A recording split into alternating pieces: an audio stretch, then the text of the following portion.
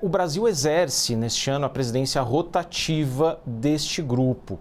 Neste momento, exatamente, em que Trump tem, de certa forma, também até atacado o BRICS e os planos de desdolarização do comércio internacional, que é uma bandeira de Rússia, de Brasil, um pouco da China também. É mais um ativo ser presidente dos BRICS em 2025 ou é mais um passivo, Troilo? Veja, Daniel, a ideia de BRICS apareceu pela primeira vez em 2001 como resultado de um estudo do Jim O'Neill, um banqueiro do Goldman Sachs, que olhava para as folhas do chá e argumentava que em 2030 Brasil, Rússia, Índia e China abocanhariam uma fatia cada vez maior do produto interno bruto global, né? Então você tem essa primeira ideia de BRICS como um futuro da economia global, né? Força motriz do crescimento econômico mundial. Aí, com o passar do tempo, você tem representantes desses 4 países que disseram o seguinte: olha, em vez do conceito ser definido de fora para dentro, vamos nós mesmos definir o conceito. E começaram uma dinâmica de encontros de chefes de governo, de ministros de finanças, de ministros de relações exteriores, né? Depois isso acabou se transformando num processo de construção institucional, de onde surgiu o novo Banco de Desenvolvimento. Agora, até esse momento, você tinha os BRICS como uma espécie de elite, de primeira liga, né, da Série A das economias emergentes. Num determinado momento, você convocou um representante do continente africano, que é a economia da África do Sul, né?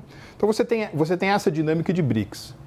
Agora, mais recentemente, Daniel, essa ideia, me parece, de BRICS como mais uma vez, uma série A das economias emergentes, que era, aliás, o que na atuação nossa, né, no Ministério da Economia, a gente entendia, a gente privilegiado, ela foi substituída por alguma outra coisa, né? Por exemplo, você passou a ter o Irã como membro dos BRICS, o Irã que é um dos países mais sancionados do mundo. Você passou a ter a Etiópia como membro dos BRICS, que é, enfim, um país que tem uma renda per capita um pouco maior de $1.000. Então, aquilo que tinha uma certa coerência, não é? Que é o tamanho relativo dessas economias, o seu peso territorial, o seu papel regional, foi substituído por alguma outra coisa que ainda não dá para saber bem o que é.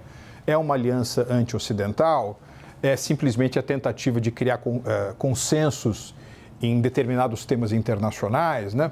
Porque, veja, esse governo fala muito em sul global, né? E, mais uma vez, de uma perspectiva realista, Daniel, sul global, boitatá, saci pererê, mula sem cabeça, existem na literatura, mas não existem na realidade. E sul global também é assim. Se isso fosse verdade, você teria uma grande coincidência de objetivos entre, por exemplo, os 2 mais importantes atores do tal do sul global, que é a China e a Índia. Comércio exterior sem uso do dólar ou com a predominância de moedas nacionais é um boitatá também, não? Não, eu acho que isso pode acontecer, mas você não precisa, digamos assim, de um grande consenso de um sul global. Você não precisa de uma espécie de Bretton Woods fictício. Basta você fazer um acordo com aquele país. Aliás, você pode fazer um acordo de escambo.